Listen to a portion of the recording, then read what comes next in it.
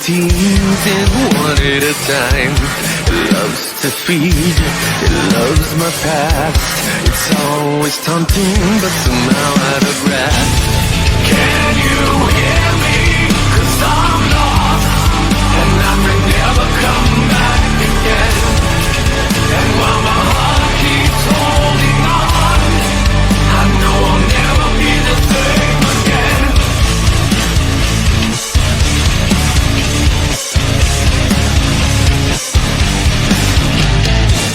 It talks to me, it holds my hand, it showers me with things I can't understand.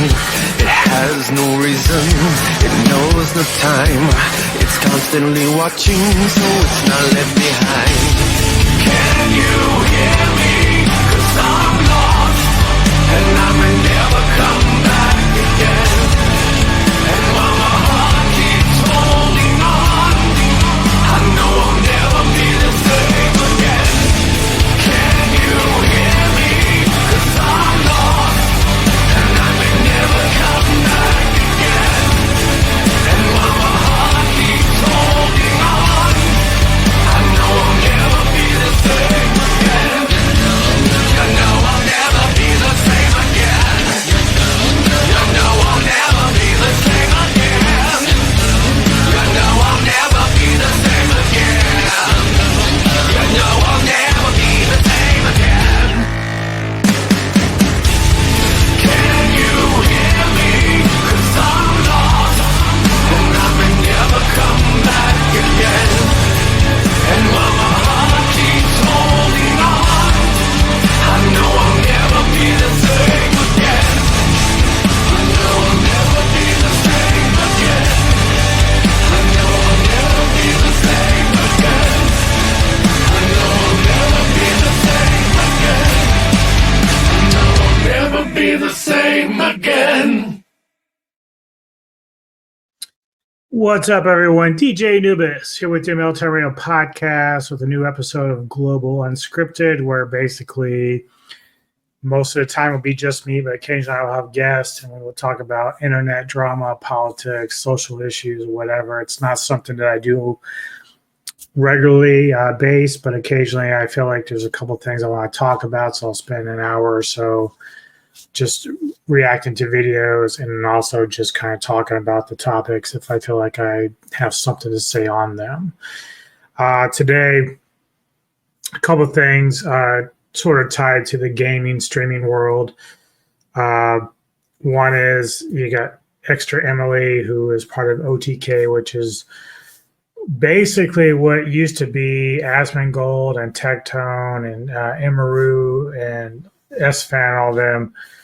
But now it's kind of dwindling down. I don't know. Like, I know that Tectone and Asmon are still sort of tied to OTK, but they've been kind of stepping back because of personal issues that come up on their end with controversial shit that happened with them. But it's a never-ending cycle of looking at how streamers are in general. So in this case, Emily was a new partner for OTK about a year or so ago, where she and Emeru got added in, to the contract of being a part of that group. And they're sort of like this, it's called One True King, OTK for short, but basically they are a collective of big time streamers that, built this, like, mainly built through Asmongold, but this is sort of like group that's power group, I guess you could call it. But this now all of a sudden it's kind of having cracks in the walls and all this other stuff. So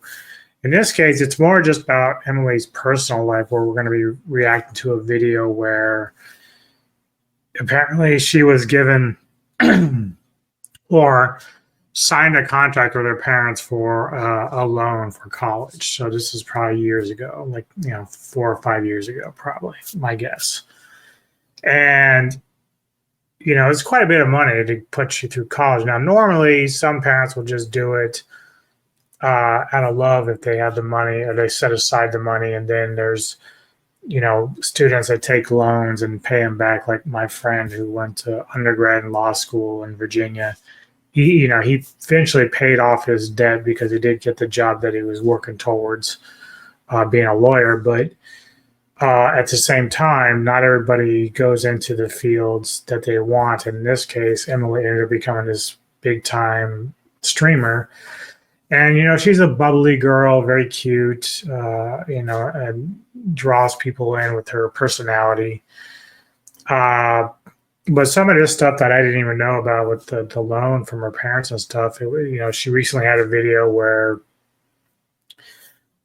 she was talking about where she wasn't going to pay back her parents. She didn't want to. It wasn't so much like she couldn't or, wouldn't eventually, but she just didn't want to. And so it came off as very snobbish and snotty and bratty.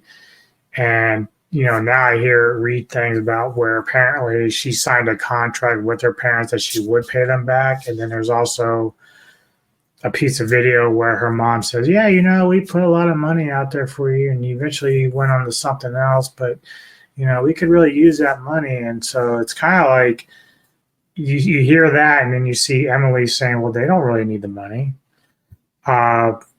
So it's a little disheartening when you see somebody who's supposed to be this bubbly, nice gal that is kind of like callous and ungrateful for what her parents did for her. And, the fact that she didn't even go through with the original plan in college. She just, became a streamer and that changed her whole life, right? So, and I know people say, well, she's not as big as, say, Yo, but the reality is her net worth is close to 800K. And I know that watching Tectone the other day, who says that, he makes like 200K a month off of sponsorships or something like that. So I would assume Emily is actually bigger than him just because of her, like, women tend to do a lot better in that field just based upon looks. And so you got to know she's pulling in at least no less than 200K a month as well. Like, there's just no way. And that's not counting ad revenue or even things off of like donations and people just sending her shit all the time. So there's no way you're going to make me believe that she's not getting good bank right now, especially when that's one of the big premises or big prerequisites to be an OTK is that you have to be able to carry yourself as far as a stream. You have to be able to have the following and, a lot of people there with you to do that. And if you jump up there, I'm going to whip your ass. Yeah, I know. You sit over here. Yeah, I know. Neko's just this little Neko. She's in lovey mode right now. But we're going to watch a video and see what they say. It's about the controversy with it because apparently some of Emily's followers or people that just were paying attention were giving her, feedback on it and criticism. And rightfully so, man. Like you put it out there that you're just being kind of bratty about it. And, I don't really want to pay him back. They put a lot of money up for you, man. Like, I mean, I'm not saying she probably doesn't help her parents out whenever she can, but if you owe them money, man, like set aside $5K a month and just pay that shit off. That's what a good daughter would do. Okay. That's just what a good daughter would do. Now keep this in mind, because I know people will probably give me some flack for this too, is I don't know her. I don't know what the ins and outs of what's going on there with her family dynamics. Obviously from some of the videos I've seen, there's no harsh feelings from her parents, but I would assume that, yeah, if your mom says they kind of need the money, then maybe they kind of need the money, like you can help them out with that. But anyway, let's give it a whirl and go through this. I think this one's only about 8 minutes. The topic I have is about 20 minutes, but we'll see how long it goes, and we'll just kind of chat through it. News: Extra Emily hits social media after users shared that Extra Emily cries on stream after chat cooks her for not wanting to pay her parents back $140,000, and the LSF thread posts were also deleted about it. Here are the controversial clips. Yeah, it's fine. The only reason they want me to pay it back is because I'm a streamer. Yeah, you should pay it back. Because I didn't use my degree. So they're like, okay. How much is it? 170K. You should pay it back. I don't want to. Oh, I did. Yeah. See, they say she's saying that people giving her flack because she's a streamer. No, we're giving you flack because you actually have the money. It's one thing if you didn't have the money at all. But to pretend that like you don't have the money is insulting. You live a very luxurious lifestyle. And that's not saying you didn't earn it, but you have the money. It's just it's a joke if you think that you don't. Otherwise, you're spending your money badly, which could be a possibility. She could be dumb as rocks and spending on bad shit, or you're just a brat that doesn't want to pay your loan back, which is just really fucking ignorant. Period. I did pay them $10K, and then I was like, I'm over this. I don't want to pay anymore. Mom, do you think it's a waste that I went to college? That is a really good question. Mm-hmm. I spent a lot of money on that. And then you become a streamer. Yeah, but I'm also helping. That's a really good question. I don't know how to answer it. But I'm paying you back for college. Yes, that's right. That's unnecessary. She says she's paying her back, but she says she only paid him $10K and then she stopped. So this is disingenuous. At least this video, depending on when it was made, isn't accurate. That's necessary? Yeah, we almost broke. Because you went to the college. Go to the expensive one, yeah. Do you think that would be your best gift towards your dad or your parents? To pay back your tuition? I'm never going to pay it back, though. Wait, actually? No, I don't want to. But you could. Yeah, but I'm not going Wait, to. do you have student loans? Yeah, student loans to my parents. And you're making them pay it off?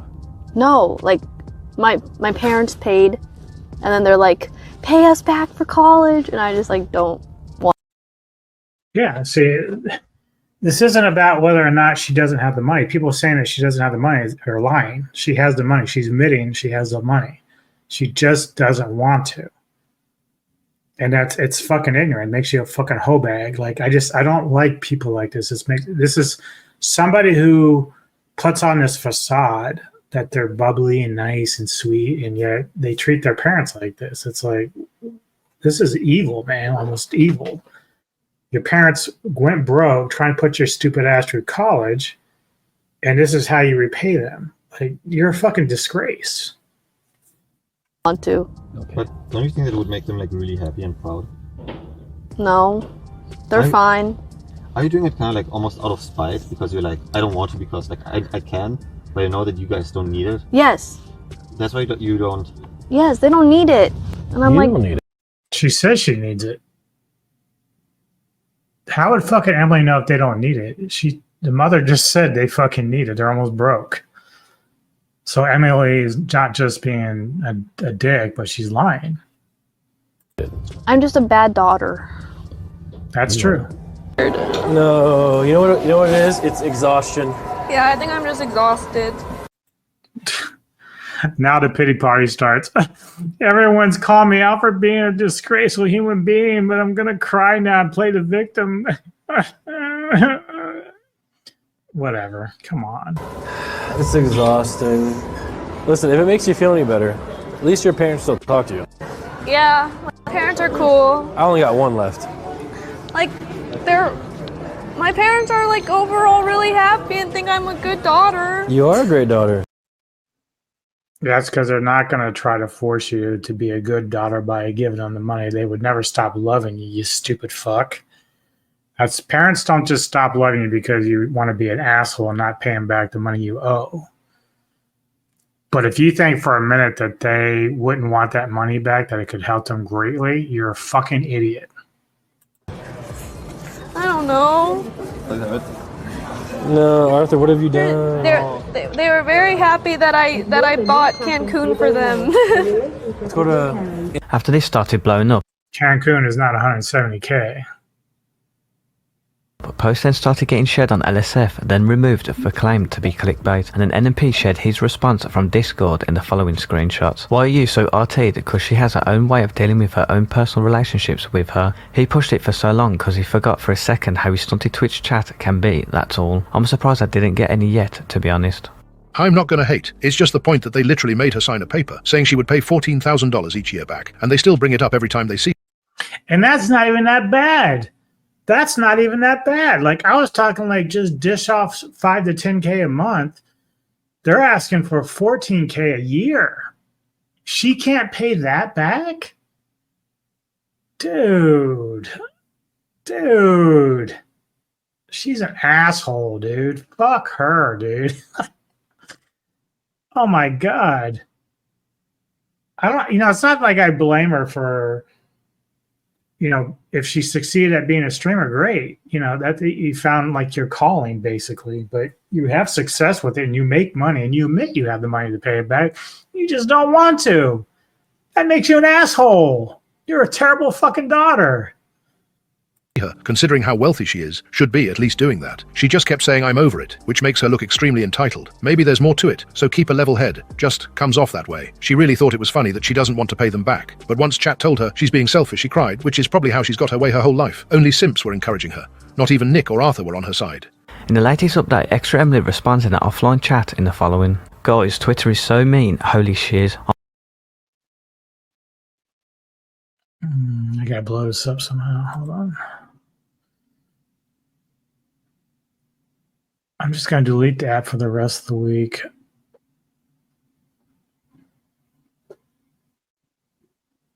I gotta post sponsored tweets sometimes. I'm worried.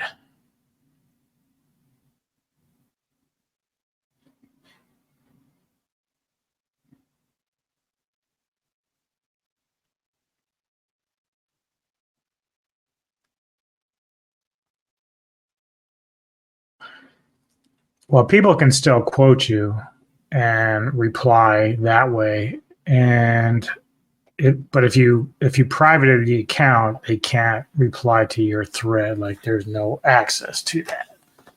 So that handles. But see, the problem is that now it's like Twitter is not mean. You're just bad. You put it out there. You put it out there that you don't want to pay them back because you're a stupid cunt. So like. That's fucked up. Like, I'm sorry, it's fucked up. People say I might be mean, but that's fucked up. Like, you purposely have the money, you sign a contract with them, and yet you're not paying them back because you just don't want to. I mean, you're an asshole. You're an asshole. You're an entitled brat that seems to have gotten everything you wanted in life. And now instead of actually fulfilling an obligation that you made with your parents, the people that love you, you just said, fuck off.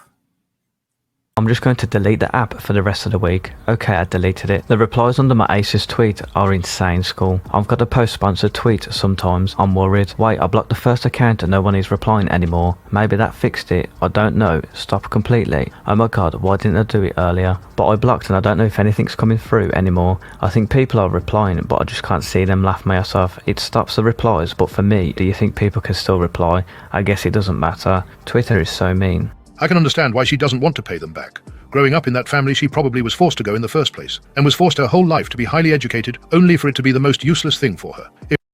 That's hyperbole and just not based in any fact. If she agreed to pay them back, she should at least put some effort into it. I heard her say on stream she believes parents should pay for their kids' college, but if that wasn't a part of the agreement they made, then it is scummy, especially considering her success. XQC also reacted to Extra Emily's backlash, and he gives his take on the situation in the following clip. Swear, chat, I'm not grandstanding it, okay? But as a child, there's not a lot of people that you're indebted to. There isn't. And if you can never pay back your debts to your parents, whatever, and doing anything that they did to raise you, whatever, you can't. That's fine. A lot of people are not going to be rich, right? Not everybody's going to be millionaire, right? And people won't be able to pay the debt. It's not a real debt, but you can pay back if you want to, as in like gestures as you grow up, like visiting them. That's because XQC, most people that go into college actually take out loans. So it's not necessarily through parents. Parents will do it occasionally, but that's not the norm. Most of what happens is you take out loans, student loans, and you end up paying those back after college. That's the norm. That's how normal people do it. This is a case where this doesn't really apply because this particular person in question has the money. Whatever. If you can't afford it, you can afford it. But if you're rich, in my opinion, you are indebted to your parents, absolutely 100%. Because without all the efforts, there's no you, right? So I think it's cool to give him a life that they've worked for. Because if you give them some money, then they can afford to live a life that they want. And she's saying... True. It's insane to not pay back your parents $140,000 when you're probably making close to like $100,000 a month. The only thing is that maybe there is a whole lot of drama or toxicity or that we don't know about, which is the reason why she doesn't want to help them. But that doesn't really fit with her seeing them all the time and wanting to pay it back in trips or whatever. Whole thing is kind of strange. If her story is like many other Asian kid stories, she might still be mad at her parents due to childhood trauma. Saw her Dr. K video a month ago. She definitely has some deep pain in there with her parents. It didn't go too in depth, but she was constantly on the verge of tears whenever her parents were brought up. Then she'd flip a switch and suppress it and be all bubbly to hide it. Basically, the idea I got was she was always trying to be good enough for them, overachiever. Wasn't ever perfect enough. Did very well in school. Then she... No kid's ever perfect for their parents, man. It's almost impossible.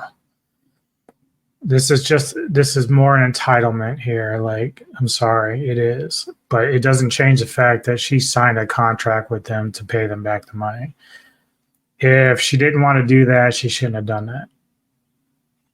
Finally made it big as a streamer, and now they want the money back. I can imagine for her, she's like, well, at least give me something. Like I was pushed to the limit. Succeeded all at the expense of my happiness. The least you could do is consider this the one thing I leave the nest with, rather than it be transactional with a net zero gain, as if I was never your daughter to begin with. Some big guesses, but like I could see it. Adrian Dittman accidentally implies he's Elon Musk on Fortnite Friday. Cheating what MAGA is between you doesn't matter. It does. I think with the kind of political stuff that has happened on the platform, especially, stuff that I had to deal with personally, I think it matters very much. Wait, what did you deal with personally? What has happened over the last couple days? I don't know. Even leading up to that. I'm confused. Elaborate. Well, yeah, very simple. Because so for instance, you had this discussion around H-1B visas, right? And there was a lot of so fundamentally, I think that was Elon that was talking about all that, right? No, it was various other people as well. They were just kind of trolling him that he responded in various ways, but... Debate between Destiny and a random conservative schizo. If it really is Elon, he seems to have a lot of free time. Before they removed visibility of likes on Twitter, the evidence was pretty high that Elon has a lot of free time, or spends a ton of his time online. That and the whole Diablo thing, though I guess he could have paid someone to grind his account. But like, what's the point there? After the stream today, I think Adrian would have to manifest himself physically to prove he's not Elon. On one hand, it sounds just like Elon. On the other hand, during this conversation, the streamer asked where the name Grok How do we go from her to this? Comes from, and the Adrian Dittman... Well, and I guess what OTK, the rise of it, right, was I'm assuming like quite phenomenal, right? Like it was, it came at it is debatably the best, most well-known org these last sort of 5 or so years. At what point did you kind of realize, hold on a second, this thing's a real success, and we're not just going to build a traditional org, we're going to go the full country mile like you guys have done and venture off into, all kinds of directions? Like, when did you kind of go, hold on, we're onto something? That's a good question. Okay, I was going nowhere with that, but yeah, so my final thoughts here are just basically like, she made an obligation and signed a contract with her parents. Now, no one can force her to pay her back, not even her parents. But at the same time, when you put that baggage out there, then people are going to criticize you or praise you for it, regardless. It's going to go either way.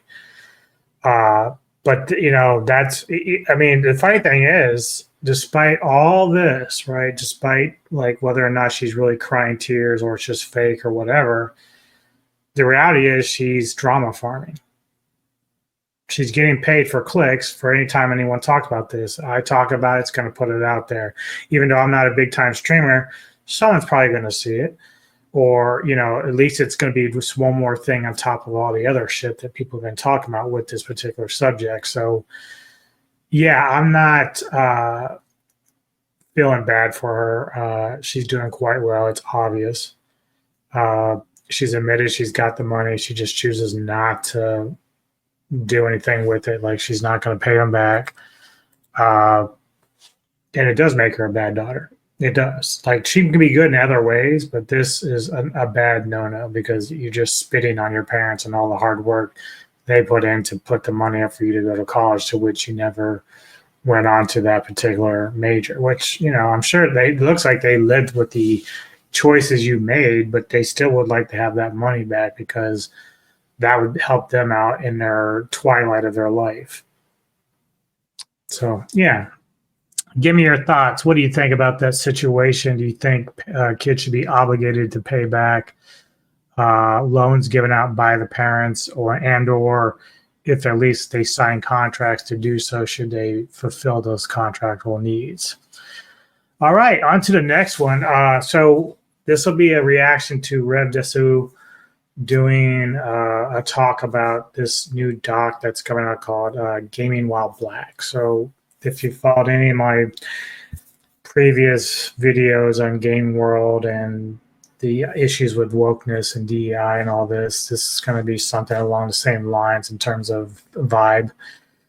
So we have this guy named Jamal Page, a black gentleman who is creating this documentary called Gaming While Black. And so it's giving you an insight and a vibe about what it's like to be a person of color in the gaming world and how they fit in with whether it's inside games themselves, inside the development, inside game creation, et cetera, et cetera.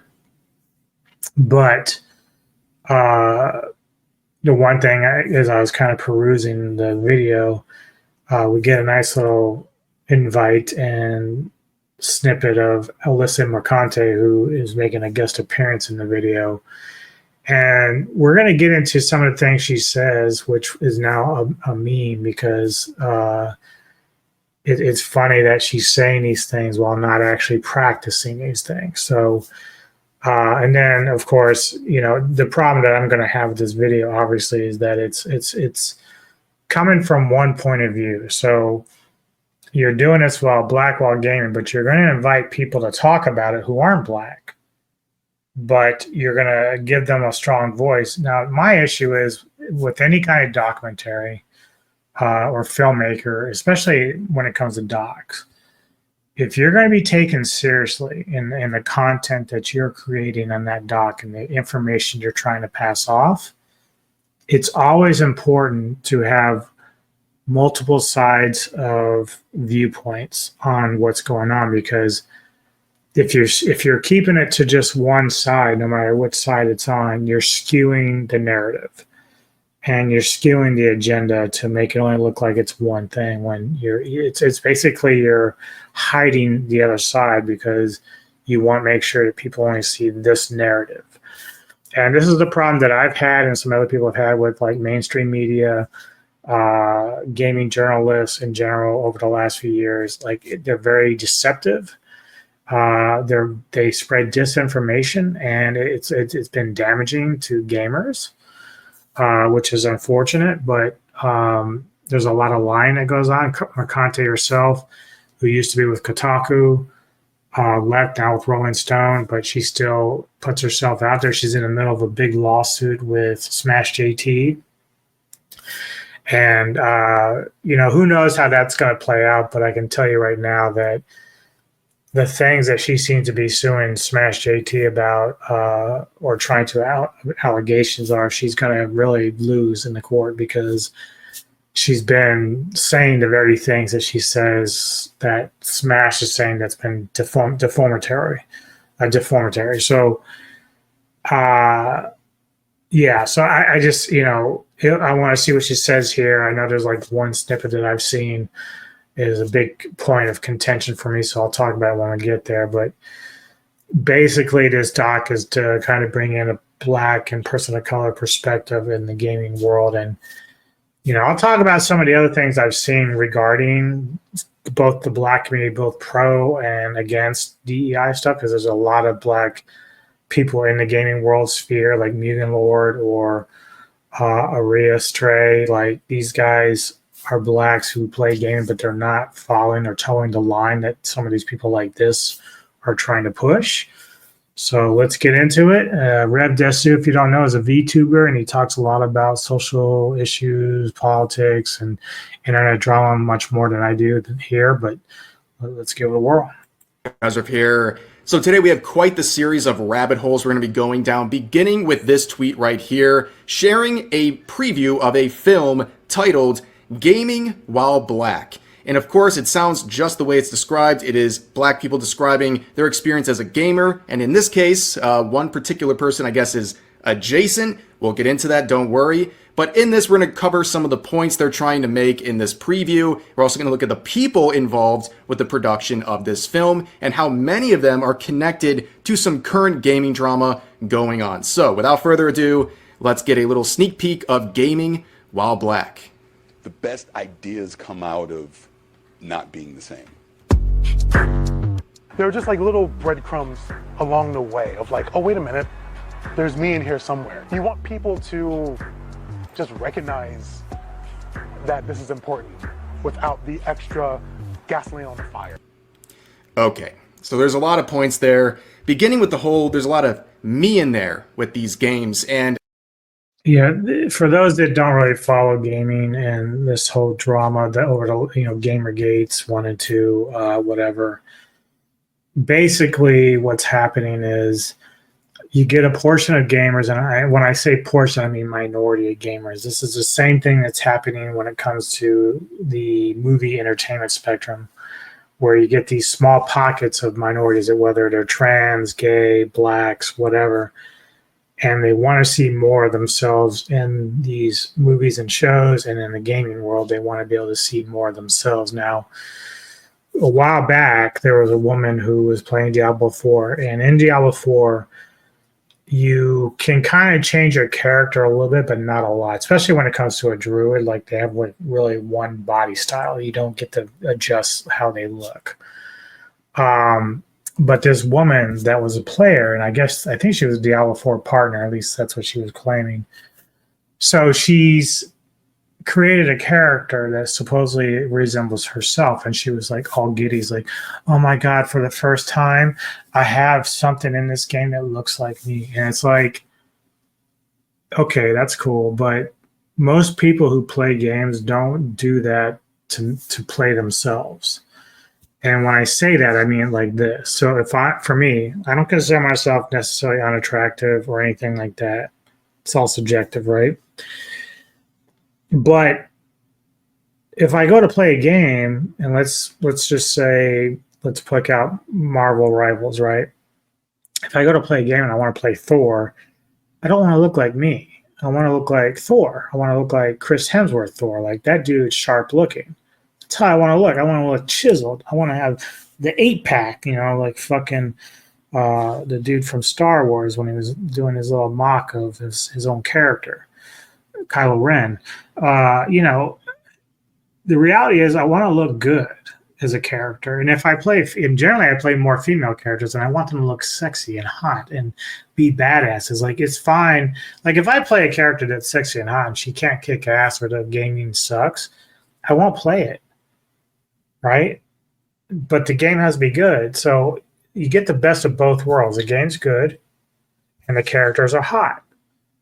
And the majority of gamers want that. They want the immersion into the fantasy world that is sexy characters. Doesn't matter if it's male or female. Now, you can argue all day long, well, why can't we have them listed as non-binary or they, them, or whatever? I'm like, personally, I don't give a shit about that. Like, if you want that option in there, it doesn't bother me. I don't even care if you want to have a character creation where you can make the fattest person on the planet or make the most anorexic looking motherfucker either.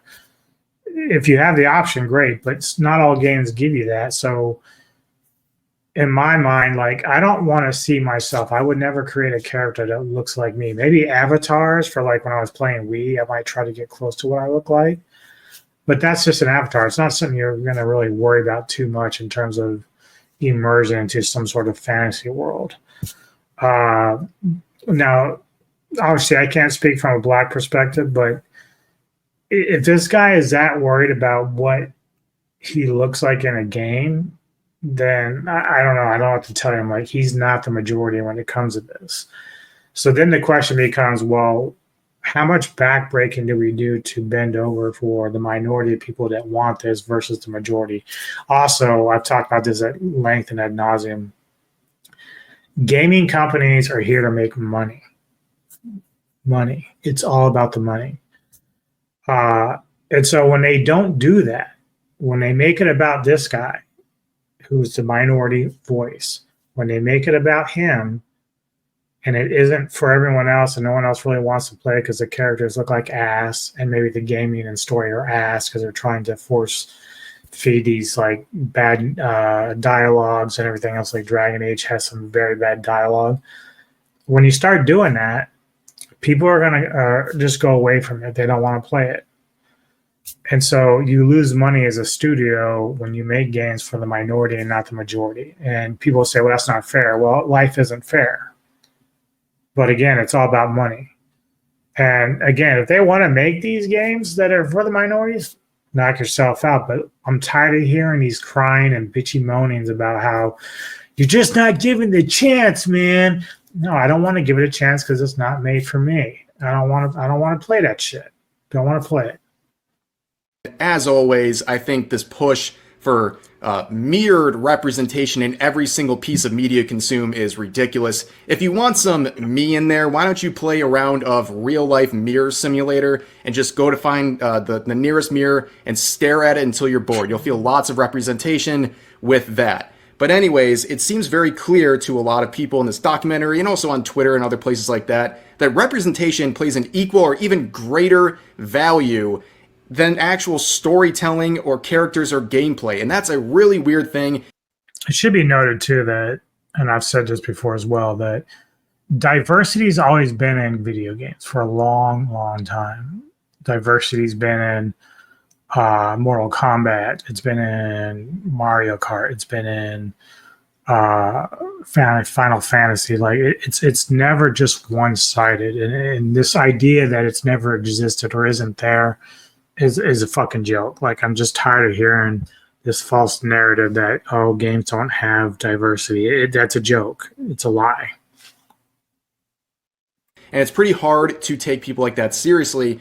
On top of that, this mention of gasoline on the fire. The people putting gasoline on the fire is the gaming industry, at least the bad parts of the gaming industry, whether it's developers, journalists, what have you, making very disparaging statements about gamers. And 2024 really proved just how bad it can get with all of the bad actors causing a lot of trouble and damaging the reputations of a lot of studios because they can't keep their mouths shut. Like, how are you supposed to react as a gamer when people in the industry are openly saying they hate you?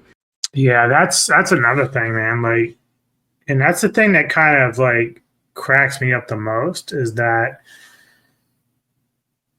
these developers, the studio heads, people like Mercante who are just gaming journalists or whatever, they come out and they basically just tell you, fuck you, I don't care about you, you're a gamer. No, and it's like, again, if you're in charge of a studio, if I was running a gaming studio here to make money and I want to make the best games and entertainment as possible, why on earth would I want anyone who's employed by me self-destructing my games because they can't keep their fucking mouth shut? Like, you're basically insulting our client base because of your personal drama that you can't handle. And now all of a sudden you're fucking, it's almost like Big Perm, like, you're fucking with my money, Smokey. Don't fuck with my money.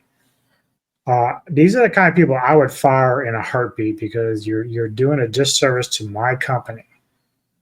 And I would never have that as an employer. No fucking way. You'd be gone. That's adding gasoline on the fire. Everything that is involved with these bad actors, everything they do is about race and dividing people. And this film is literally dividing people. It's putting labels on gamers. They're not just gamers, they're black gamers now. We're literally separating people. I don't even care about that so much. There is something to be said about, a portion of gamers who are black that, you want to talk about their experiences within the gaming world. The only thing I would push back on is this idea that, there's the rest of us are full of racist bigots and sexist pigs. That's a joke. It's a lie. While there are some, I can always acknowledge there are some. Overall, it's a lie. It doesn't tell the truth about everything in that regard. But the thing is, in the gaming sphere, it's a statistical fact that there are more white gamers than any other gamer out there. That's a fact by stats. The other thing is, when we talk about when they talk about, well, there's just as many women playing games as men, it's not a genuine take because you're not breaking down the nuance of the stat. So in this case, many women will play phone games as opposed to console or PC games. You do have them, but a majority of women that are in those percentages for that 50-50 that they keep touting all the time, most of them are fucking playing phone games. They're not playing console and PC games. Now that's rising a bit because as female streamers become more and more of a thing, they start getting more and more into the PC gaming and console world, which is great. But it's still not half and half because you're taking out this kind of thing, because when we talk about the kind of games that are made for men versus women, not like right now, if you get women playing Call of Duty, that's almost an anomaly. Like that's not something that's normal, really. But when it comes to like Stellar Blade or Black Myth Wukong or something else, that percentage of women is much, much lower than it is for men. By race. And also, if you're interested, this is the individual right here.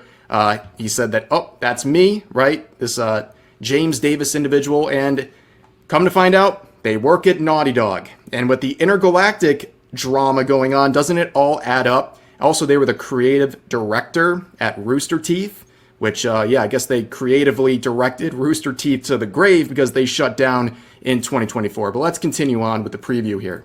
I want to see more creators that look like me. There's been a lot of examples of representation of Black people in games that have rubbed me the wrong way. Okay, so what she's saying is there's a representation of Black people in gaming that have rubbed her and others the wrong way. Well, yeah, a lot of people have called that out, actually. People like me, other YouTubers, people on social media, gamers in general have called out a lot of these bad representations of Black people in video games. Because really, the representation, at least recently, of Black people in video games is bad. It needs to be improved because it's done so haphazardly. Like, here's the thing. Okay, anytime there is a new Black character that's typically like the protagonist or something like that, it's attached to a game that is virtue signaling. We see games like Dustborn, right? And it makes this very bad feedback loop of pushing out these characters with games that are awful. And really, they're just kind of there because it's part of the virtue signal. I think that's not fair. And also, the majority of Black representation in video games recently has been lazy race swaps.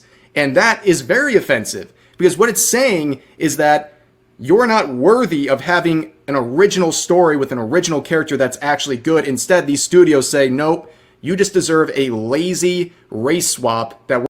Yeah, that's the other thing too. It's like, and we talk about this with movies as well, is that you're basically saying, okay, we're going to add inclusivity and diversity into our gamings, but what ends up happening is they just end up either redoing one. So like Little Mermaid, like when we talk about movies, Little Mermaid, or we talk about,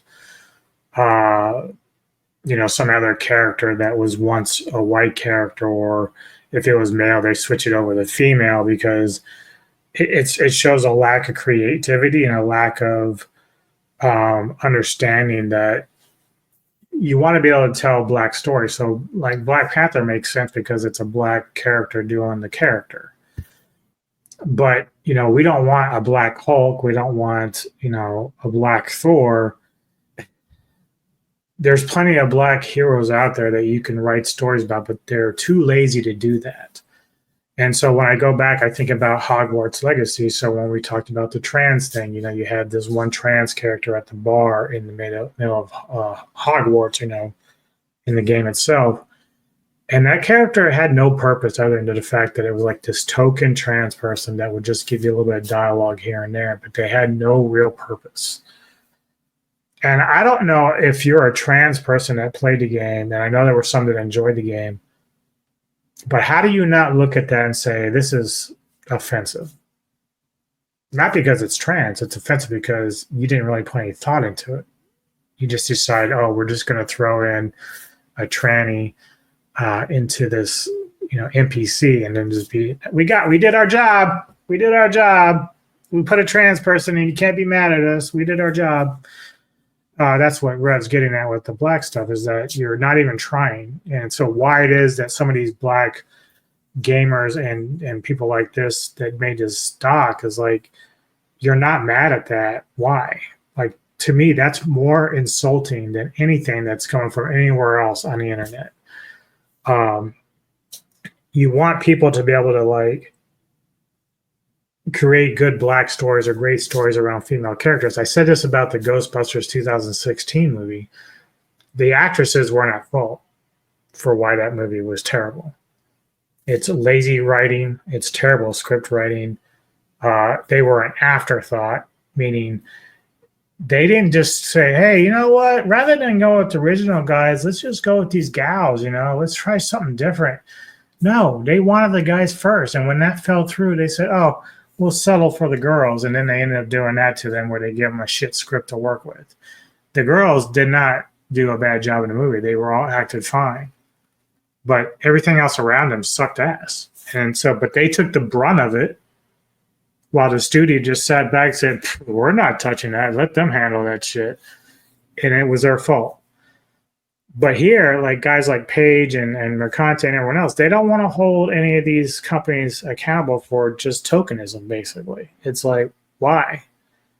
That's worse than anything else. Like, you should be holding their feet to the fire and say, okay, you want to be an ally? Well, let's do this. Let's go and fucking make us a game that has a very strong black character. Now, they're going to try to do that with Assassin's Creed, right? They got this new one coming out where they're basically using a black samurai. But my issue is there with that is that, well, okay, you're making an attempt at a good black character, but then you're disrespecting the culture by bringing in the black culture character. So you weren't even taking it from a character that might be in, say, Africa or another native region for an African-American character to be in.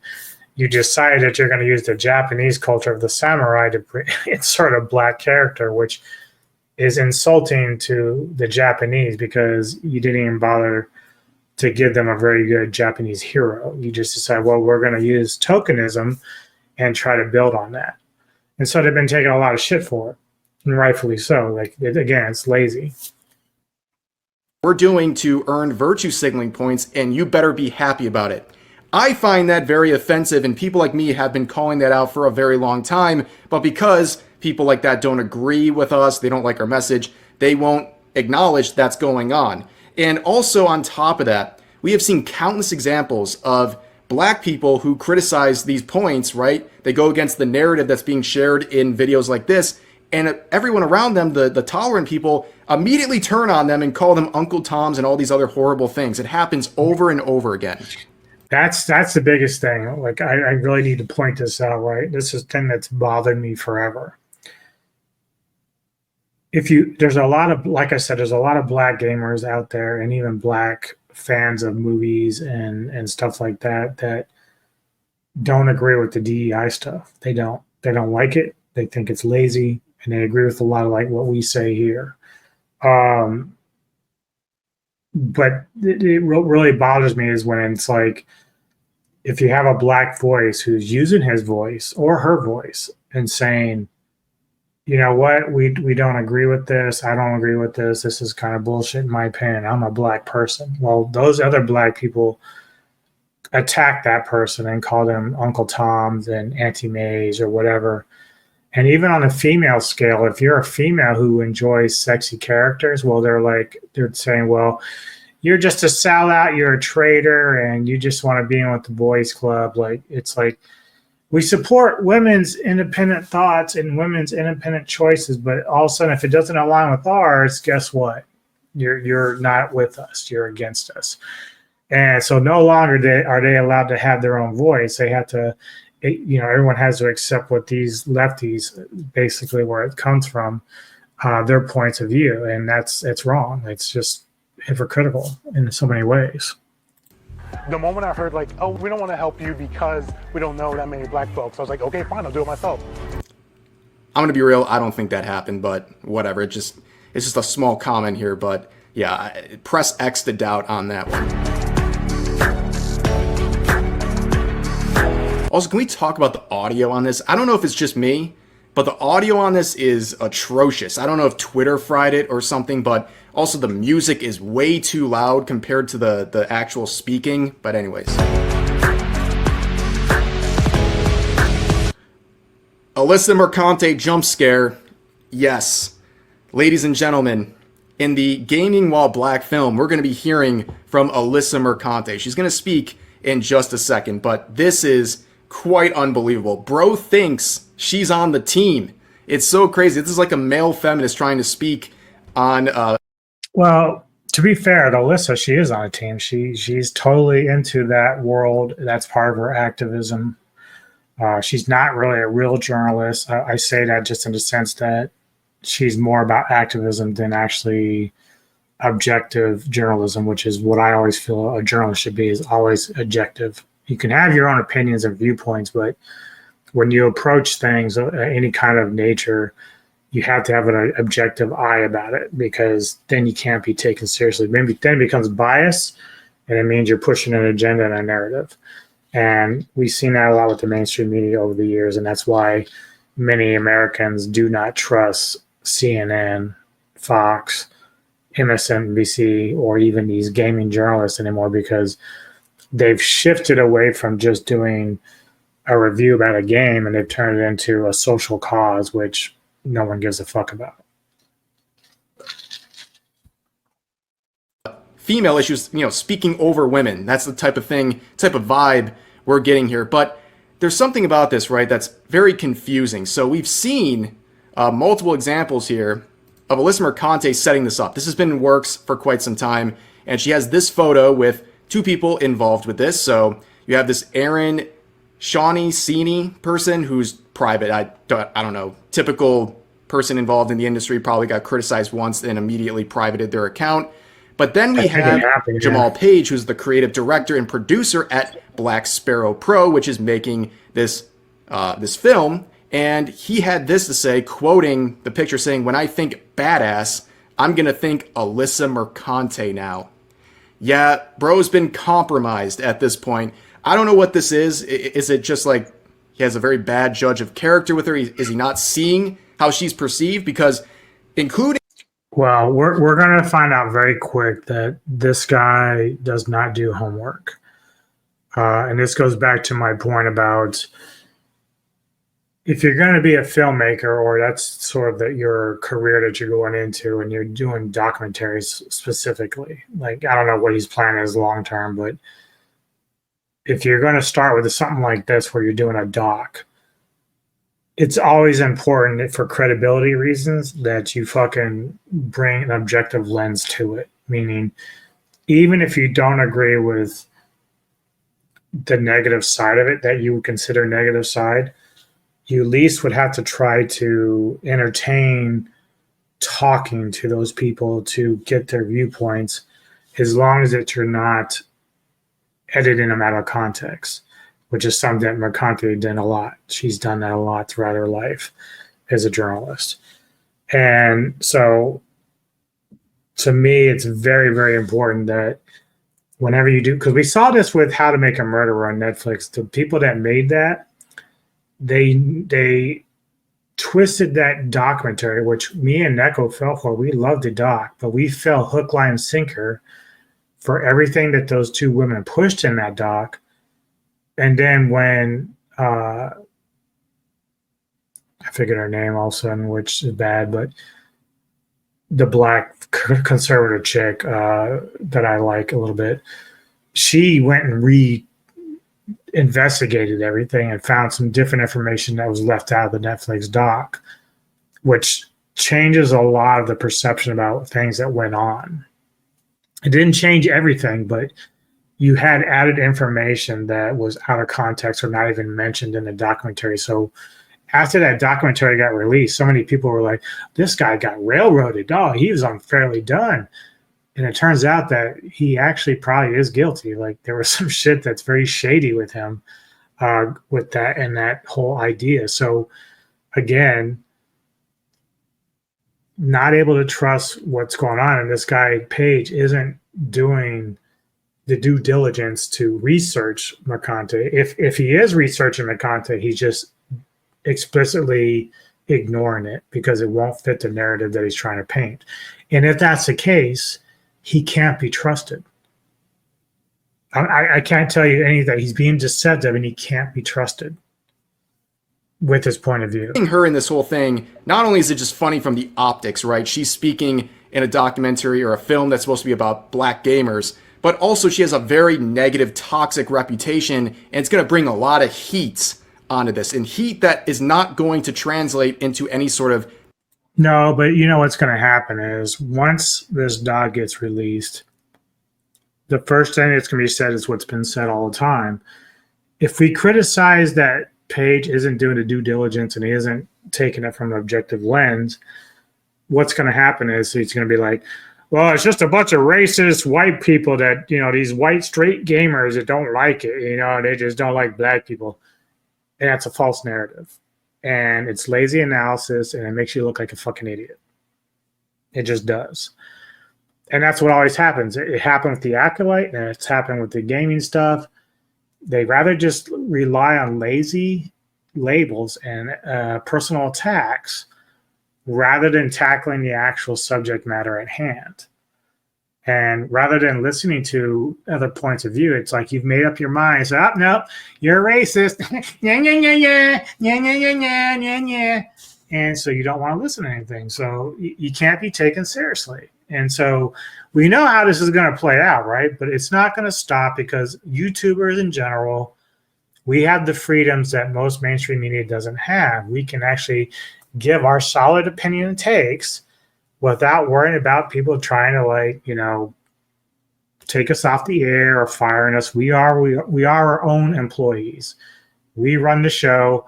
We get to say what we want, and that's how it works. And so that's why they fear us. Don't fear me so much. They fear the Nerdrotics, Geeks and Gamers, Asmongold, whatever. They fear them because they can't silence them. That's what they want. That's what people like this want. They want to silence people for having an opinion that does not match theirs, and that they don't want to have this discussion because they know that they're not painting a fair picture. And so that's the problem. Tangible support, but I don't know, again, misjudgment of her character or just openly embracing who she is. Either way, it's not a very good look, but let's continue on. Just because, like, I happen to be black doesn't mean, like, get to show, like, black things. Like, oh, like, he listens to rap, he likes basketball. Like, I grew up playing baseball. I love hockey. I'm Canadian. Ding, ding, ding. Bro spitting. That great. I'm glad we all agree. That's something that people like myself and many others have said over and over again. What's most important is the quality of the character, not, pigeonholing these stereotypical traits just to give what some people believe is good representation. No, just focus on making a character good, and then things like the race of the character are just like secondary traits that shouldn't be the main focus. And that statement has been criticized by people. Yep, and this is the thing that people like Mercante will never admit, is that this is just what gamers are saying. They're just saying, I don't care if you're black, don't care if you're trans, don't care if you're female. There's just two things at play. We want really good gameplay, and we want characters that look appealing to us. Now, is that unfair to the minority that want fat, ugly characters? Maybe. But again, this comes back to the studios. Do you want to make money or don't you? If a studio wants to go out there and say, we're just going to virtue signal and pander to a cause because we want to look good amongst, whatever trend is out there. That's their prerogative, but I don't want to hear the Mercantes of the world and everyone else crying foul when those games end up going bankrupt and no one's playing them, because then all you just come back to is like, well, it's just the racists don't want to play it. No, we don't like it because it doesn't really appeal to us. That's it. That's it.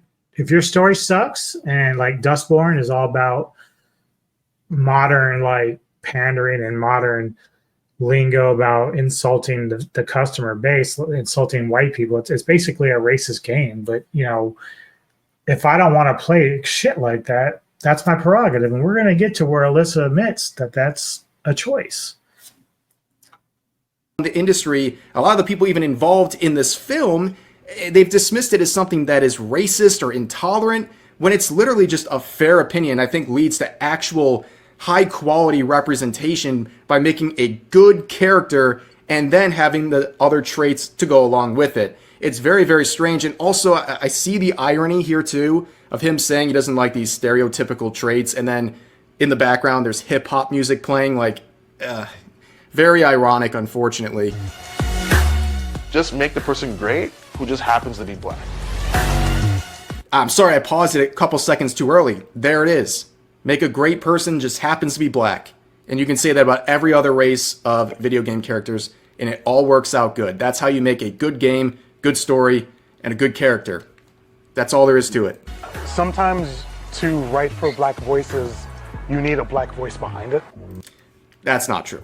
There are countless examples, I don't think this is hard to believe, where white people have written good black characters and black people have written good white characters. I don't think that's too big of a claim to say.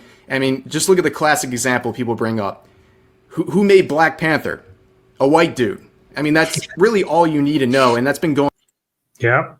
And yeah, I mean, that's the best. I mean, that's the best fucking example you can ever give is Stan Lee. So many different characters, so many different cultures. And,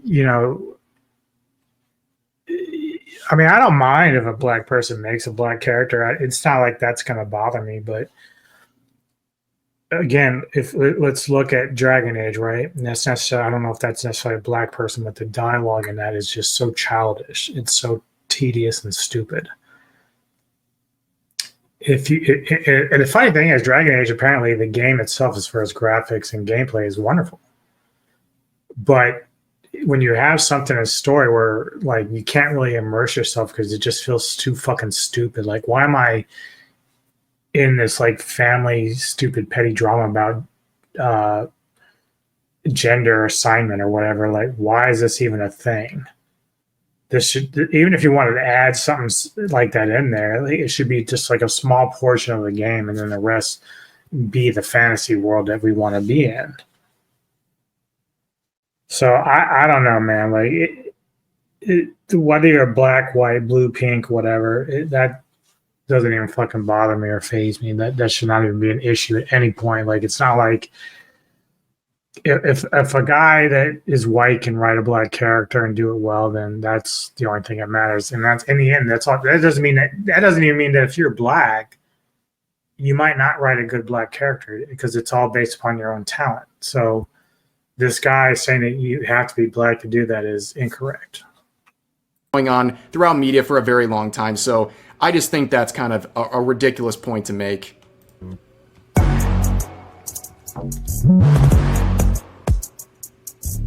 So dramatic.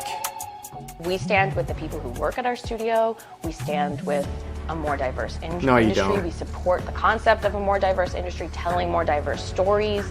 There's plenty of games out there for you to buy. If you don't like this, don't buy it.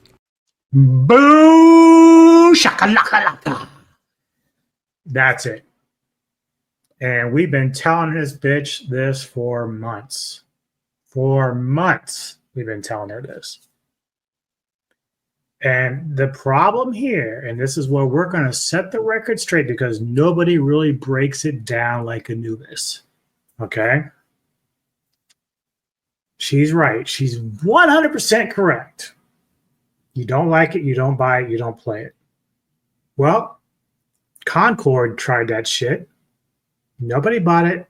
No one played it. Not saying nobody didn't at all. But small portion of people, gamers, those small portion of gamers that need to feel like I can see my fans in this game. Yes. They did that. The rest of us said, fuck off. We don't want to play this schlop, right?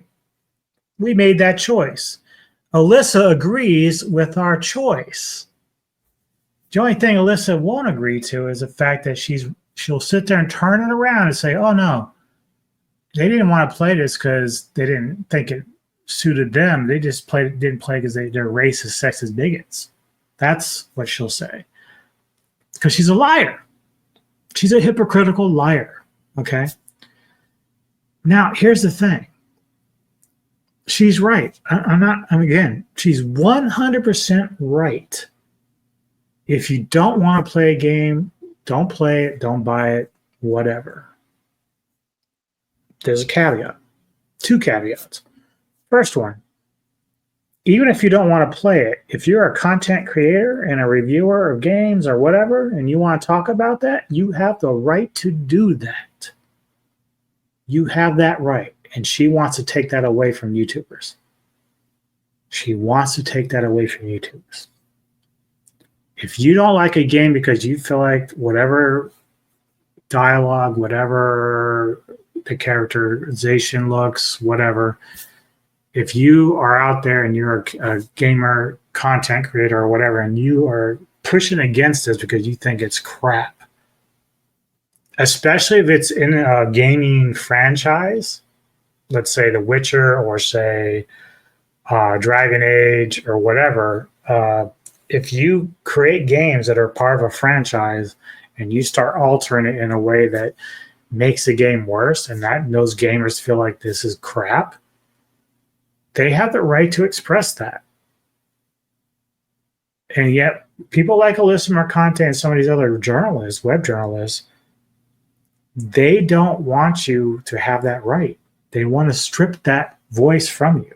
Keep this in mind, people. They want to strip that voice from you. They do. So you can't tell me that that's a good thing when they want to strip your voice of having an opinion about a game.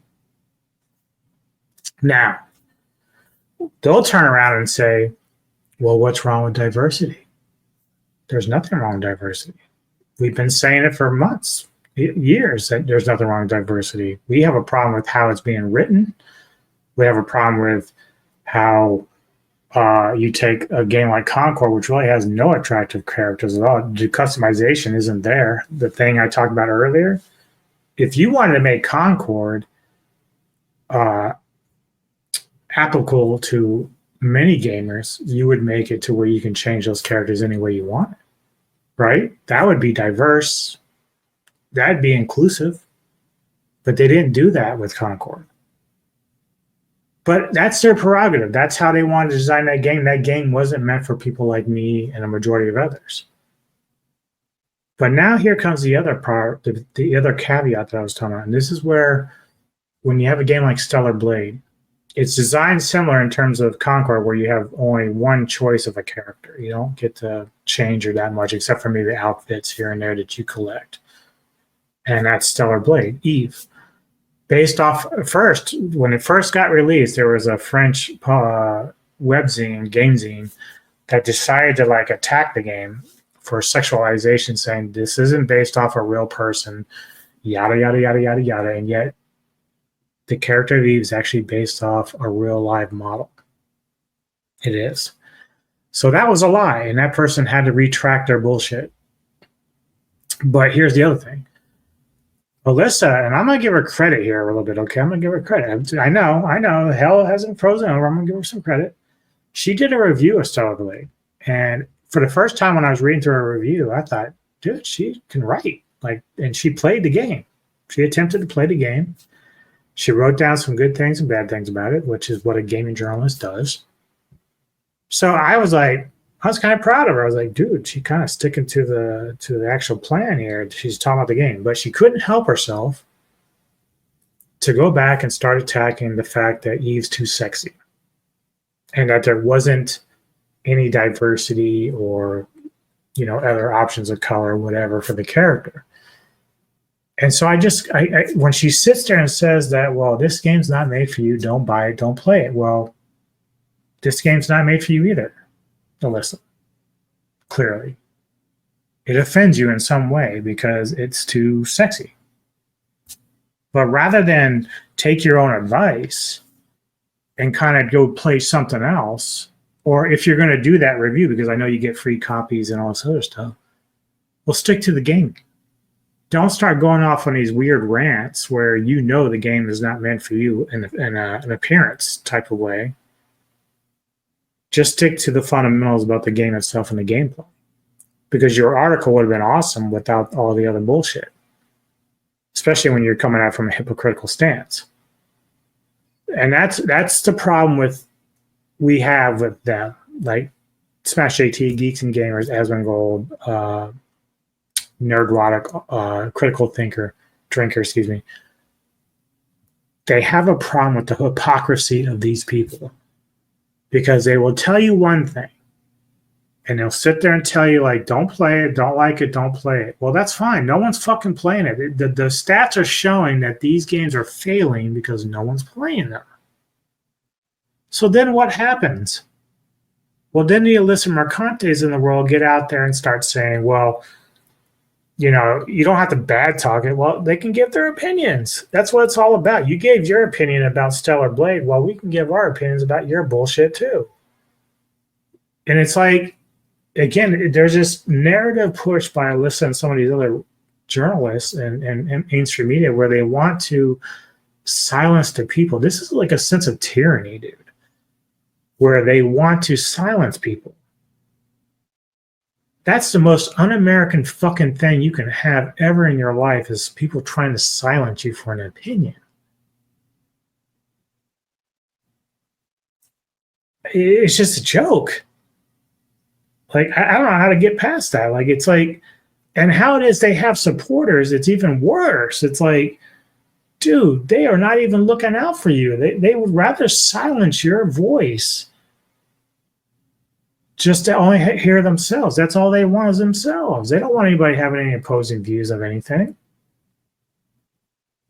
And to me, it's like, I don't even care if you really feel like that they're racist or bigots or sexist or whatever. If that's your feelings, that's your feelings. But it doesn't mean it's based on any fact.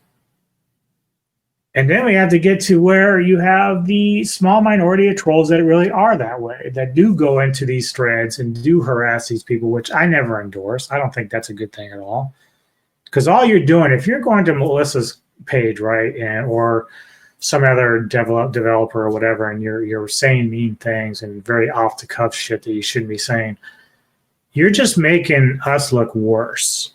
Like our point of view of what we're trying to achieve in terms of fair and balanced opinions about the gaming, about DEI and how it's being applied to games where we think it's not being applied well, you're just making us look bad.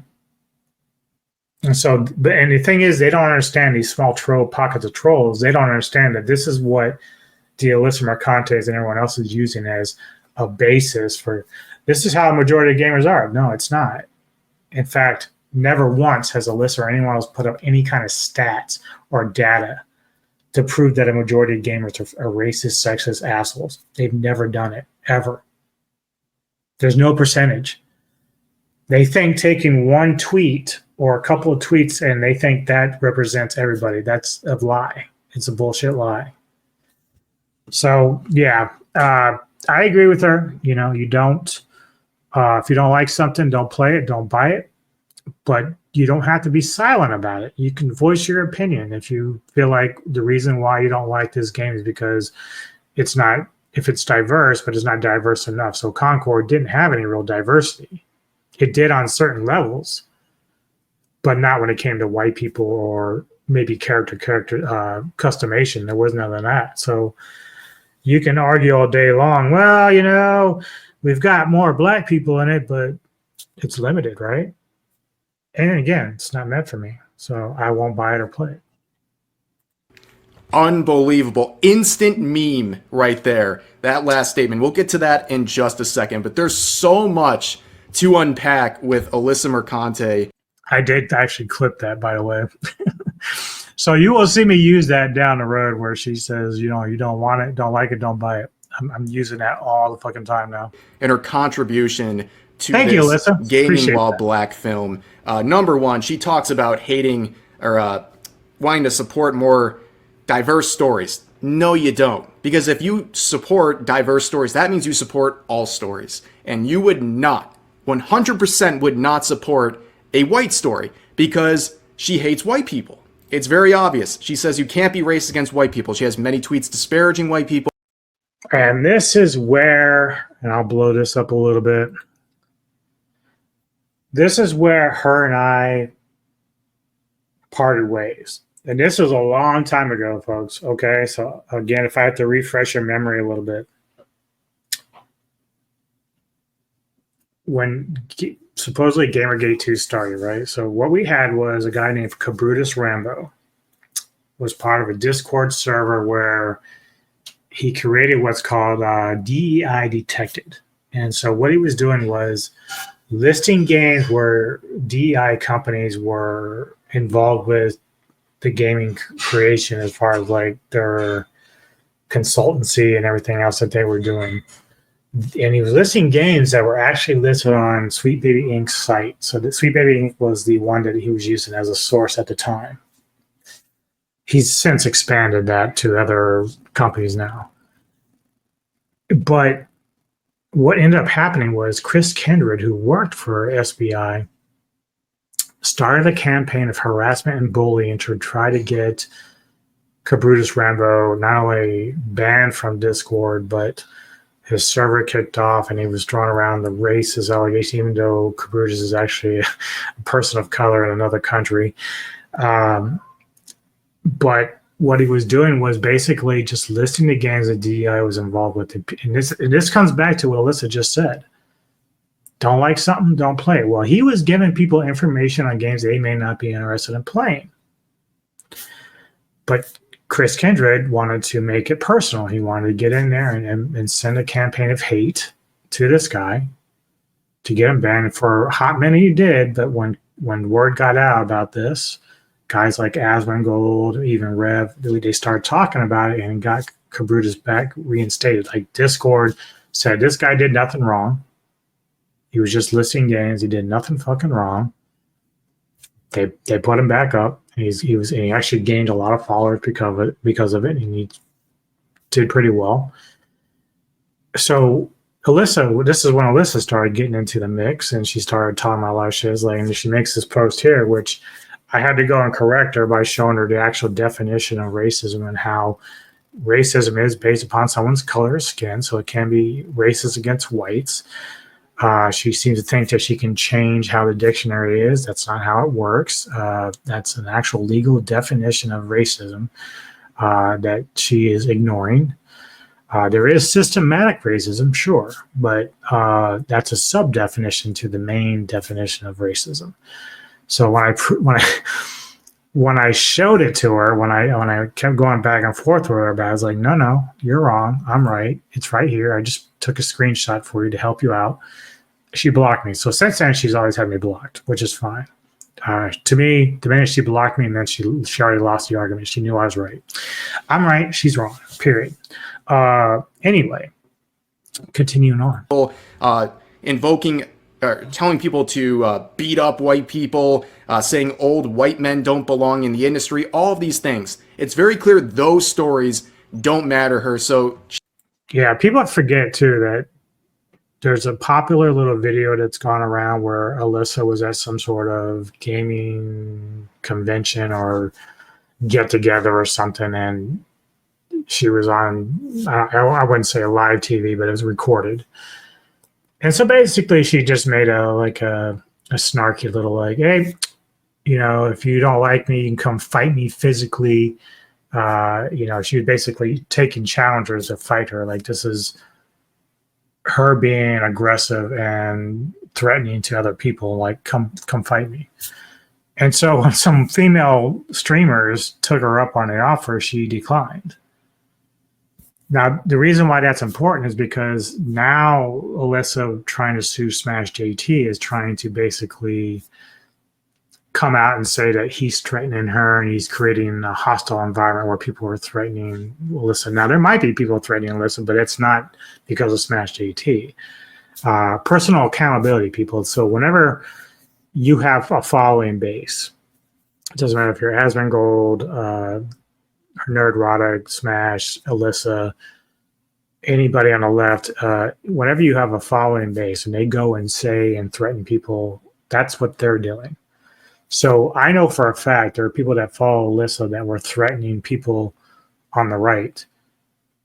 Now, if somebody were to go and say, well, we're going to hold Alyssa accountable for that and put her in jail for that, do you think Alyssa would go along with that? Or she would say, that's not my fault?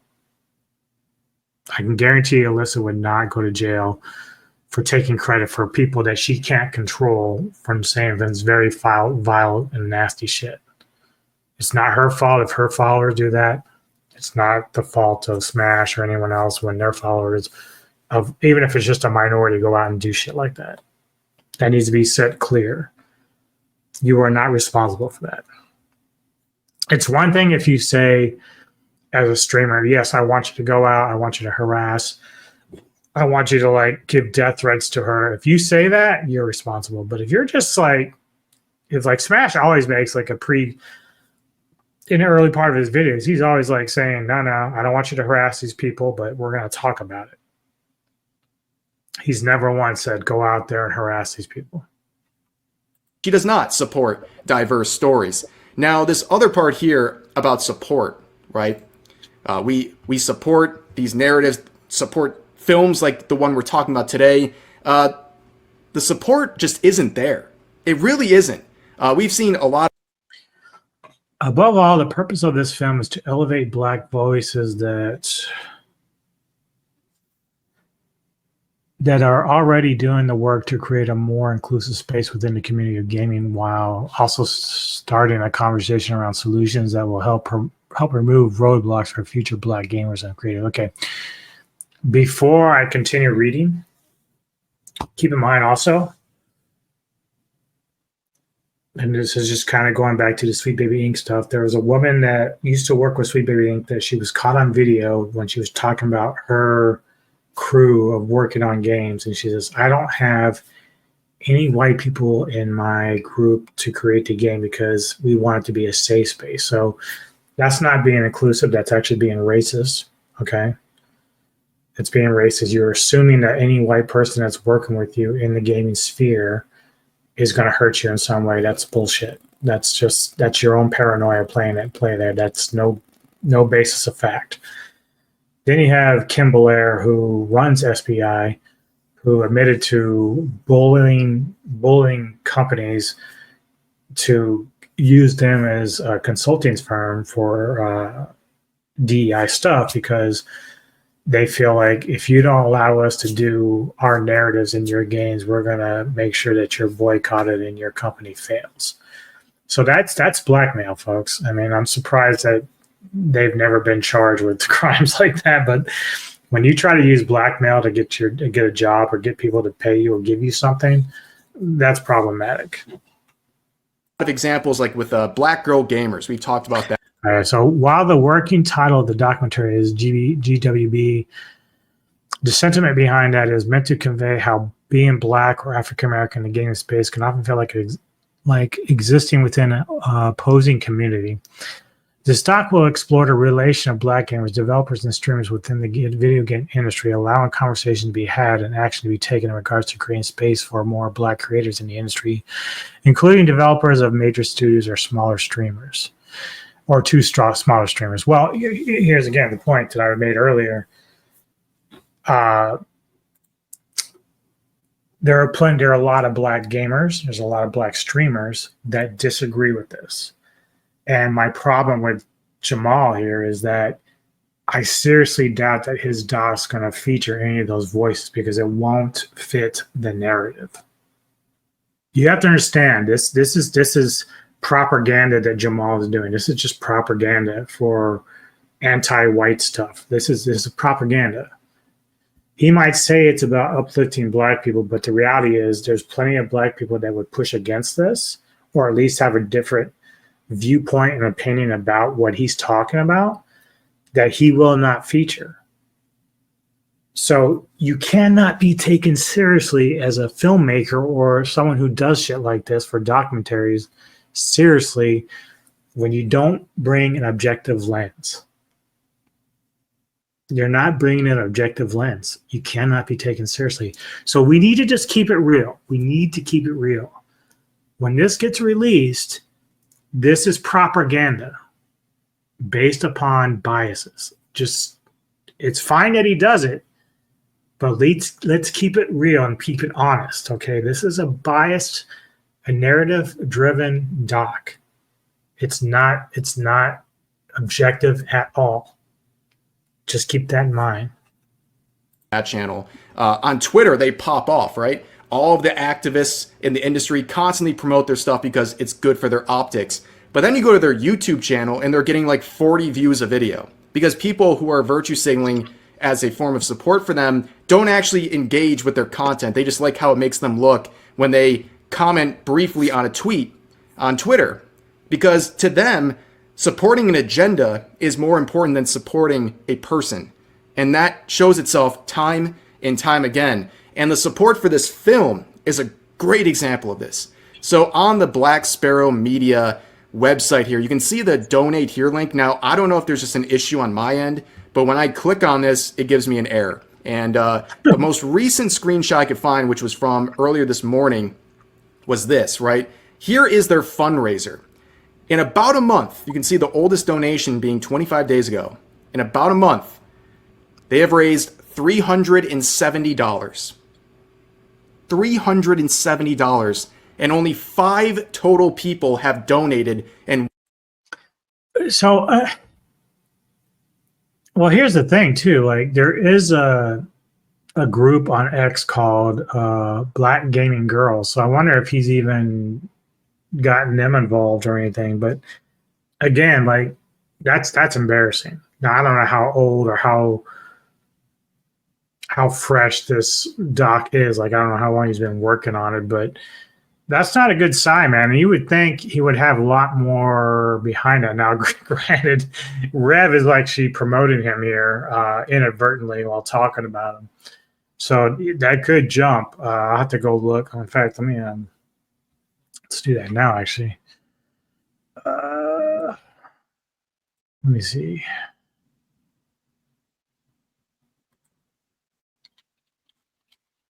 What's it called? I need a Gaming While Black.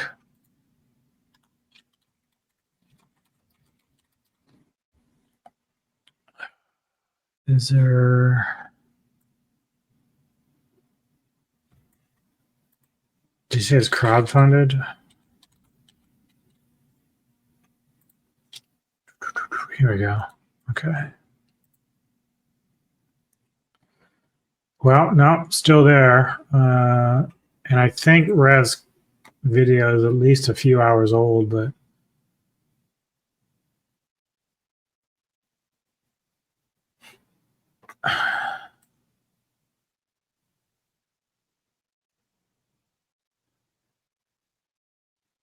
oh, well, actually, okay, so it's not like super old. So he just updated this, like, and I'm not showing it because it's not really worth it. Most of it's the same, but he basically updated with a comment on the 3rd. So we're only on the 7th. So he says, "Hey everyone, thanks for the continued support. Here's a look at how production has gone so far, but we're still in the thick of it. Many more cities and many more stories to tell." So yeah, he's in the infancy of making this. So he's got time.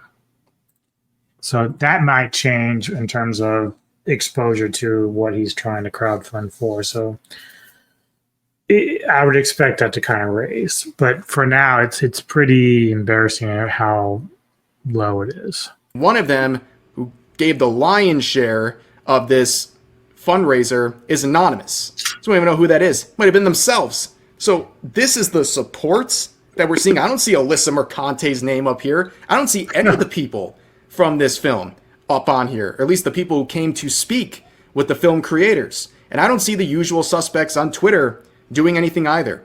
This is a terrible look for everyone involved with this. It shows that these people, they like to virtue signal, but when it comes to put up or shut up in terms of money, they just don't show up. And it's pretty crazy that they get so little support. And also looking at the Black Sparrow Media account here, this is the team making this film, 61 followers. I'm not saying that to like dunk on them, you know, who cares how many followers they have, but in terms of supporting, wouldn't like the whole crop of these activists be rallying behind this account?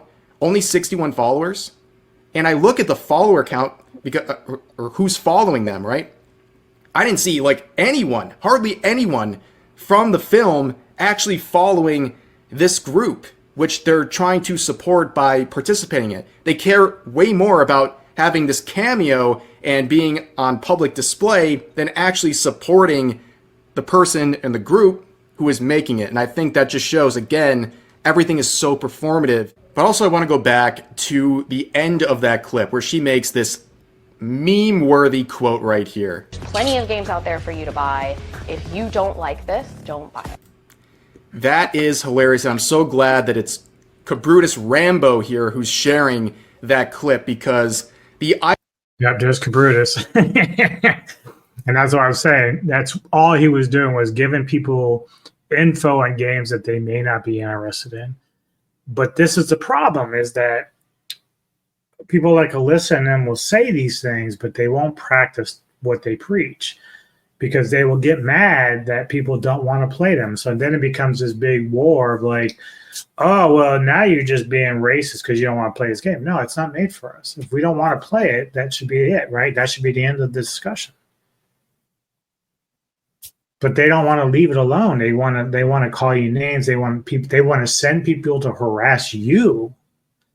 Okay? She would rather have people harass you for not playing the game than vice versa. And that's the problem. The irony of what Alyssa Mercante is saying is just through the roof, okay? So the entire movement of Sweet Baby Ink Detected, the Steam group that Cabrutus set up, was to list games that Sweet Baby Inc. was a part of, and then people would choose whether or not to play that game, knowing Sweet Baby worked on it. It's literally the same message she is saying right here. If you don't like the games, don't buy them. If you don't like Sweet Baby products, don't buy them. However, Alyssa Mercante views what she's saying right now as some girl boss move. But earlier this year, she was making articles and framing what Cabrutus and Sweet Baby Inc. Detected was doing as harassment. The irony and the hypocrisy is insane. It's through the roof. I mean, it should be expected at this point, but still, it's pretty flabbergasting to see how just lacking of self-awareness a lot of these people are. And of course, you know, with this quote too, we'll take you up on that. Like, that's what we want to do anyways. We're not going to support garbage, you know, just because we want to score virtue signaling points like people, these activists do all the time. But also, have to point this out. This is now a part of a legendary collection right here. Let's hear some similar comments made in the past on this same sort of logic. And if you don't like my politics, don't buy my book. Period, queen. We be a bit nicer, a bit more self-reflective, and we enjoy the fact that people are working hard to make free content for you. If you don't like it, don't watch it. Peace. Problems. Plenty of games out there for you to buy. If you don't like this, don't buy it. Unbelievable. Straight to the archives, preserved forever. Yeah, as you can see, unfortunately for Alyssa, the last two examples there, they did not end very well. When you tell people to just not support you, if they don't like you, well, guess what? That's exactly what they're going to do. They're not going to. Now, I will say this. I'm going to keep a sharp eye on Alyssa, because I can't post on her X account, but I know that she, you know, puts out stuff out there, like whether she's working on articles or her opinions on something. If she starts to give reviews of games and games that are not meant for her, what I can do, I can't post on her page, but I can quote her in the article or whatever tweet she has, and I can make it a point to I'm going to post that fucking meme every single time. That's all I'm going to do is just keep posting the fuck out of that meme because she said it. She needs to live by that fucking rule. Support you. Now, there's one more small portion of this I want to play for a reason I'm going to explain in just a second. Like, I want them to understand that, like, this is for you, like, in a real way. Okay, so very brief statement there, but I bring that up because that individual is named Khalif Positivity Peddler Adams, who has always been involved in the related discourse, constantly talking about any sort of various topics we talked about today in that film we were looking at. But he is someone, again, if we're talking support, he is someone who has a reputation for constantly publicly begging for codes. He doesn't want to actually pay for these games he's claiming he supports. And recently he got clowned on for asking for a Dragon Age code. Like, he can't play the game without the code. And even people on his own side were saying, this is embarrassing, this is a bad look. You're giving these right-wing grifters ammo, be smarter. And then he replies with all this cope and then says, be better. Yeah, I get it, right? How is Dragon Age? Oh, I remember Khalif. Yeah, he gets clowned on a lot. How is Dragon Age on PC? I want to try it and I need a code. You pumped followers to use your creator code for it, but wouldn't buy it.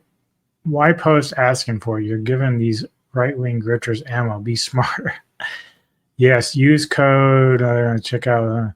But seriously, you're feeling like this is ammo for them is dumb, especially if you're going to not take it in context. Well, what context do they need? I mean, you're asking for a free code. You're not like a big-time gamer, bro. Just sit down, bro. Just sit down. Access media. Your job gives you the ability to get these codes, but it's a very bad look for someone who claims they're supporting these various studios to go out there every single time a new game's coming out and saying, please give this to me for free. And that should be noted, dude, because so many times when it comes to these DEI games, these woke games that are out there, you hear a lot of the crying and whining about how they're not doing well, but their support is not there. Many of those that even speak on their behalf are not even buying the games. They're not even playing the games. And so, like, if they had this massive amount of support, they would be doing fine, but they're not. Which, again, just tells us the majority of gamers don't want that shit. Now, these gamers, we don't care. You can make these games all fucking day long. You can. We don't give a shit. Only thing we're telling you is we're not going to play them, and we are going to give you critical thought on it, because if we feel like it's trash, we're going to tell you. That's just that's the way the world works. You know what I'm saying? And I don't care if Alyssa wants to give games like Stellar Blade a bunch of shit for what she feels to be sexualization. Fucking great, do it. Just don't come back and cry about it when we do it to Concord and all these other games. Just stop your whining. What's good for the goose is good for the gander, man. It's kind of ridiculous. And on top of that, he has a connection to this whole film itself way back in March of last year, where he helped try to raise funds for Black Sparrow Media by giving them a spotlight on his podcast here. But the thing that's odd about this, and the reason I'm pointing this out, is because it appears that Black Sparrow Media already had a fundraiser for this film, which is kind of interesting because you can see it's a dead link, by the way, it doesn't work anymore, and it's Gaming While Black. So it's a fundraiser specifically for the film we're talking about, but that is no longer available. And that's kind of odd to me. Like, what was that initial fundraiser for? Was it for something else? A different stage of the production? Or are they simply getting rid of that previous one and kind of double dipping with the current one by re-releasing the fundraiser campaign on a different platform? Just something to pay attention to. But I also bring up Khalif Adams because we have this photo right here of Alyssa Mercante and Khalif back in November at Compulsion Games. Why is that relevant? Well, there's a lot of drama going on currently with Compulsion Games, and there's been drama going on for quite some time. Okay, they are based in Montreal, and they are developing the game South of Midnight, which features a race swap, and also it makes a lot of sense when you think about it because They are a Sweet Baby Inc. client. This is the old client list. And see, that's the thing. Like, again, you want to make games with diverse characters and black leads or whatever. You know, that's great. But you're doing yourself a disservice whenever you're trying to just replace an original IP with something else. It's like you're not even being creative anymore. You're just inserting black tokenism and saying, oh yeah, new game, got black guy, girl, whatever. But it's not an original IP. So like, go create your own shit. If you believe that much that, you know, black creativity matters and, you know, you want more black developers, you want more black people involved in studios, well then be creative, go create something. Quit relying on, fall back on IPs that already exist. Let those be their own thing, what they were initially. Like, we don't need to have, just like with The Witcher, what's going on now, they want to keep changing everything around with that. It's like, just stop, dude. Leave it the way it is. People like it the way it is. You're pandering to smaller groups that aren't going to sell your game. I'm sorry, they're not. They're not big enough as a group to do that. So quit doing it. Unless you like losing money. That's really what it comes down to. You can see Compulsion Games right here. Now, recently they gave this little teaser of South by Midnight, and people are debating on it. I don't really have much to say on this. Either you like it or you don't. That's pretty much the mixed reaction to this. There's not really a whole lot to see other than just jumping around here, right? But people are now raising some previous grievances involving this company and also one of its community managers, specifically this Katie person with the @Pika Chulita, who has said, honestly, I hate gamers. She also said this, talking about the scum-sucking filth in the gaming community. She said, we also need to be very honest about the elephant in the room. The majority of the perpetrators are whites. Yeah, so that's, again, like, this is why, as if you're someone who runs a studio, if I ran a studio and she was part of my group, I'd have to fire her, because little does she know, a majority of gamers are white, straight boys and men. That's reality, folks. I'm sorry. I know it breaks your heart to hear that, but that's the reality. And that's funny thing is, it's not even all of them that would push back against this stuff. There are white, straight males that agree with a lot of their philosophies, right? But she would rather spend time hijacking and destroying the consumer gaming company relationship rather than trying to mend or understand why some of that pushback is happening. She doesn't really want to take the time to understand that. It's lazy analysis. She wants to call names, be hateful, be divisive, and we're just not having it, man. Like, you know, we'll point out when you're acting like an idiot. So she's a fucking idiot. I'm sorry, she's an idiot. Like, and how that is not even good business sense. Like, I might not be the smartest person on the planet, but I know you don't do that. Like, you just have to be a grade A fucking moron to do that. /white adjacent cis hetero men. I gotta ask, what the F is wrong with y'all? Okay, that's pretty disparaging. Also, Smash JT would point out that in a interview, she would also describe white male gamers as a mistake. And don't worry, that label of white gamers actually expands, as she kind of hinted at earlier. She refers to Asian people as whites adjacent. So I guess welcome to the team. Yeah. So now she's basically just a racist. Like, you have to understand something here, folks.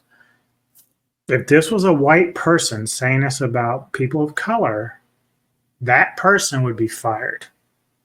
That person would be rang through the social media death hunt, whatever you want to call it.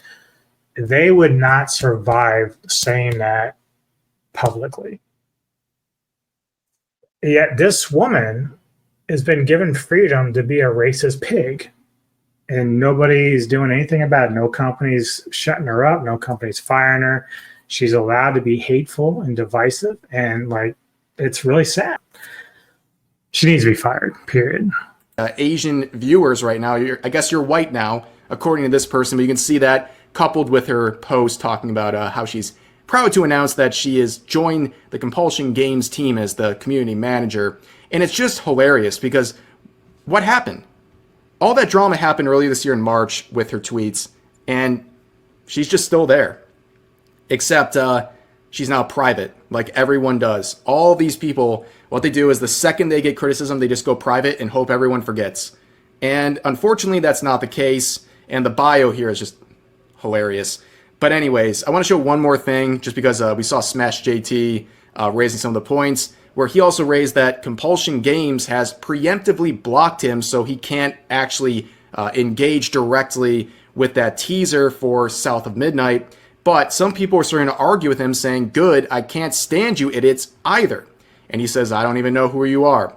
And then this person says, studios need to start blocking more of you clowns. You don't like a game, go play something else. Wow. Heard that one before. But here's the trick. Again, it comes down to this. This Ajax gamer is a fucking moron. There's a difference between saying, okay, you don't want to play a game, don't play it. Well, yeah, we're doing that, dude. We're actually playing other games. Like, you think they're not, but they are. The only difference is we're still commenting on the shitty games that you are playing. So that's called an opinion. I know you don't like different opinions, but that's what it is. And when you can't accept that, you're a fucking moron. I'm sorry. Wow, I guess they really didn't learn their lesson. They're using that same logic again. Well, challenge accepted. We will not be buying this game. But anyways, and when it fails and goes into bankruptcy and then it gets taken offline like Concord, his sorry ass is going to be, hey, when you play a game, when you deserve support, yeah. Fucking dipshit. Long story short, that is the connection between this film and some of its participants and the current drama with Compulsion Games. As you can see, despite the industry being so big, often can feel so small, where it's like the same bad actors coming together all the time to cause trouble and to add gasoline to the fire. But anyways, that's going to do it for this video. As always, feel free to share your thoughts about today's topics in the comments section down below. Hope you guys enjoyed the video, and I'll see you next time. Hey, what's up, guys? Riff here. So today we have quite... Yeah, so basically that doc's going to be nothing more than gaslighting. That's all it is. And that's all they ever do on that side. They just gaslight. Even that Ajax gamer guy, gaslighting. It's a joke. You know, again, they feel like only their opinions matter. They feel like only their games matter. They don't care about, they don't mind if they put other games that we like on blast for whatever reason. But the minute we do it to their games, it's like all of a sudden we got to stop the presses. You can't say anything. You guys need to be done with. We need to get you off the internet. We need to try to stop your monetization. All this just. But no, we're not playing the game, dude. Like, this is a free country. We get to speak our mind, and no matter how much you hate it, you can suck and hug a nut. Hug a nut, brother. Suck my sack. I got no time for you. Like, this is this great thing about the freedom of expressing your opinion. So you don't like it? Tough. Deal with it. Move on, little girl. We ain't got to play your game. Anywho, coming up this week, a lot of good shit this week. Unfortunately, the professor and I didn't get around to the Godzilla spotlight, but we'll reschedule that. Then we got some snow, which, it's starting to kind of melt away. But tomorrow, 1:00 p.m. Eastern, I will be sitting down with Kevin Lambert from the Entertainment Headquarters, and we're going to be reviewing the movie Orca from 1977 on Cinematic Synergy. Later in the evening, Mr. Tony the Dead and I are getting back together. The Ghouls of Midnight are back at it. And we'll be reviewing a movie I'd actually planned for a couple weeks ago, but with the holidays and everything, just had to set it aside. But we'll be reviewing Gene Rollins' The Grapes of Death. And then Thursday, Edgar Allan Poe and I are going to get together to recap and talk about the NFL 2024-25 season and talk about the postseason, what we expect out of the playoffs. His Steelers are in it. My Broncos are in it. So we're going to go and break that down for you all. And then Friday, we'll have another Ghouls of Midnight. We're going to be kind of changing the format a little bit, which I'll be honest, I'll have to talk to Tony a little bit more about it because he wants to kind of cut them down in terms of certain things, but I don't know if that's going to be problematic because a lot of times people want a little more information on movies. So if you're giving too many quick reviews, like people just not really going to find it worth it, I don't think. But we'll try it out and see how it goes. I don't mind cutting it, to 30 to 45 minutes. I mean, we were going like an hour sometimes, but sometimes you just have shit to talk about. Sometimes you don't. But there was never really a set time. It was just that's how things were kind of playing out. But we'll see how it goes. He wants a new format. We're going to try it out and see how it goes. But I don't know how much I'm going to like that because I do tend to like people that explain a little bit more detail about why they like or dislike something. So we'll kind of see how it goes. But that we'll be doing Bugbuster, which will be his choice. And, we were trying to maybe do 1 or 2 a week, but I may just keep it to 1 because there's so much other shit that I'm doing content wise. I got to make sure I'm not overdoing myself and whatnot. So it leaves me some space to do shit like this. So anyway, hit the like button, subscribe if you enjoyed the channel. Any comments, let me know your thoughts. If you want to flame me, it's okay. Just be somewhat civil about it. Don't be a troll. If you're a troll, I'm just going to have to bang in, then you're just going to look like an idiot. But if you got some good critiques you want to give me, or you're just a different opinion, we may not agree on it. I'm fair, though. I'll listen to what you got to say. Just be cordial about it. But yeah. Anyway, that's it.